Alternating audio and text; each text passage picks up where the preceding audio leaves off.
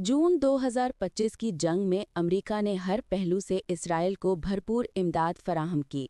America ने Israel को जदीद तरीन फौजी हथियार मुहैया किए, जिनमें F-35 लड़ाका तैयारे और आला दुरुस्ती वाले बम शामिल थे, जिनकी मदद से इसराइल ने ईरान के अहम अहदाफ पर कामयाब फ़ज़ाई हमले किए।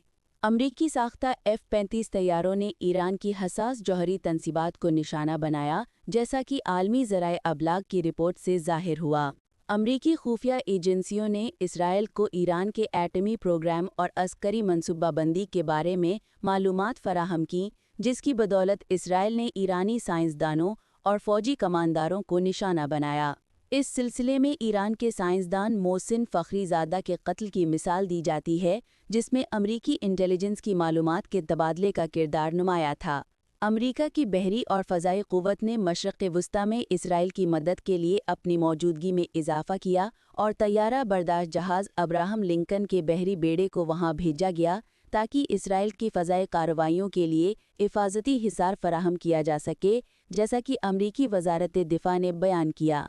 अमरीका ने ईरान पर आलमी सतह पर इक़्तिसादी और सिफारती दबाव बढ़ाया, जिससे ईरान की जंगी सलाहियतों को नुकसान पहुंचा। अक़वाम मुत्तहिदा में अमरीका की क़यादत में लगाई जाने वाली पाबंदियां ईरान के तवानाई और मालियाती शोबों को मुतासिर करती रहीं, जैसा कि बैनुल अक़वामी मालियाती रिपोर्ट्स में दर्ज है। अमरीका ने इसराइल को मिसाइल दिफ़ाई निज़ाम थाड और दीगर जदीद इंसदाद मिसाइल टेक्नोलॉजी फराहम की, जिससे ईरान के मिसाइल हमलों का ख़तरा कम हुआ। इस निज़ाम की मदद से इसराइल ने कई ईरानी बैलिस्टिक मिसाइल नाकारा बनाए, जिनकी तफसीलात इसराइली फ़ौज की ब्रीफिंगों में बयान की गईं।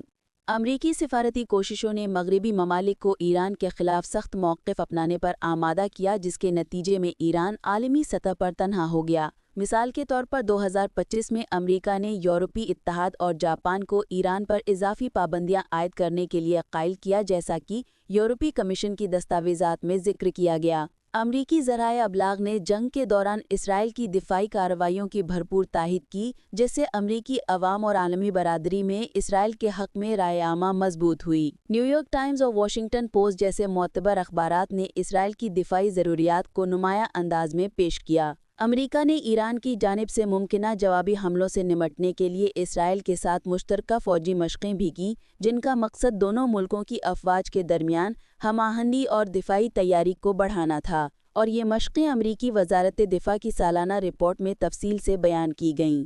अमरीकी सदर और आला हुक्काम ने अक़वाम मुत्तहिदा और नेटो के फ़ोरमों पर ईरान की कार्रवाइयों को आलमी अमन के लिए ख़तरा करार दिया और इसराइल की हिमायत में वाज़ेह बयानात दिए, जिससे आलमी सतह पर इसराइल की सिफारती पोजीशन मज़ीद मजबूत हुई।